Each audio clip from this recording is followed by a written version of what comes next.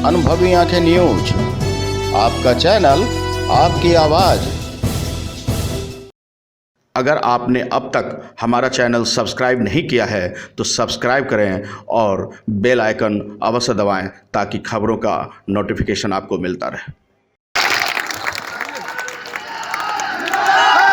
मधेपुरा लोकसभा चुनाव के ध्यान को रखते हुए सूबे के मुख्यमंत्री नीतीश कुमार दे दनादन चुनावी प्रचार कर रहे हैं। आपको बता दें कि जनता दल यूनाइटेड एनडीए के प्रत्याशी दिनेश चंद्र यादव के समर्थन में जनसभा को संबोधित करते हुए उन्होंने कहा कि गरीबों को न्याय के साथ विकास एवं खुशहाली लाने के लिए पिछले 13 वर्षों से मुख्यमंत्री नीतीश कुमार काम कर रहे हैं। 2005 में राज्य की कमान संभालते ही चुनाव में महिलाओं को आरक्षण दिया, महिलाओं में जागृति आई। आज महिलाएं जनप्रतिनिधि के रूप में कार्यरत है। विद्यालय में कम छात्र छात्राओं को देखा गया, इसलिए हमने छात्र छात्राओं के लिए पोशाक योजना, साइकिल योजना, विद्यालय में विद्यालयों की संख्या में वृद्धि हुई, विद्यालयों की मांग पर बिहार में पूर्ण शराबबंदी लागू किया।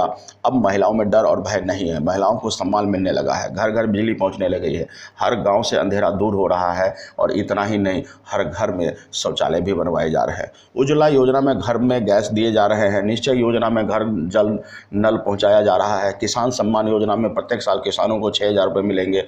अब किसानों के खेतों में भी बिजली के कनेक्शन दिया जा रहा है जो सिर्फ 75 पैसे प्रति यूनिट है। घर में बेटी पैदा होने पर 2,000 रुपये और बेटी के नाम आधार से जोड़ने पर 1,000 रुपये का अनुदान भी हम दे रहे हैं। इतना ही नहीं, उन्होंने अनेक योजनाओं की गिनाई। आप स्वयं इस वीडियो में देखें।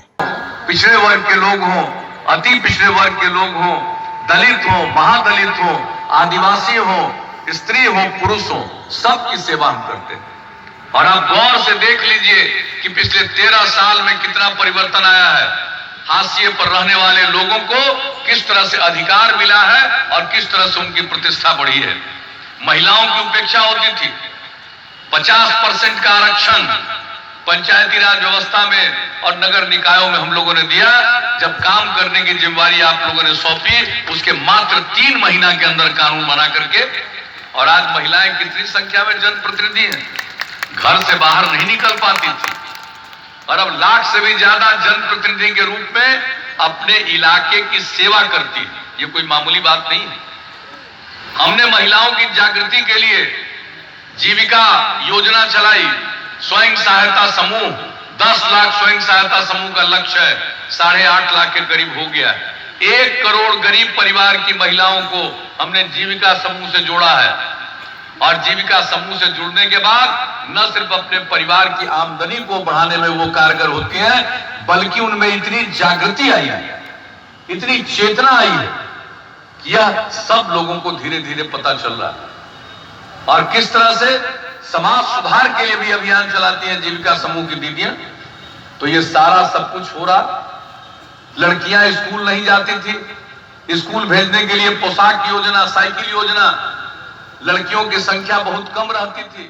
उन्होंने कहा कि दिनेश चंद्र यादव जनता दल यूनाइटेड और एनडीए के प्रत्याशी है, उन्हें जिताकर देश को सुरक्षित कीजिए, देश में एक बार फिर से प्रधानमंत्री नरेंद्र मोदी को बनाइए। बीजेपी एनडीए गठबंधन, जनता दल यूनाइटेड के गठबंधन से प्रत्याशी दिनेश चंद्र यादव मधेपुरा लोकसभा क्षेत्र से चुनाव लड़ रहे हैं। वहीं यहां कांटे की टक्कर में शरद यादव राष्ट्रीय जनता दल से व पप्पू यादव जन अधिकार पार्टी से है। देखना दिलचस्प होगा कि इस महामुकाबले में जीत का सेहरा किसके सिर बंधता है।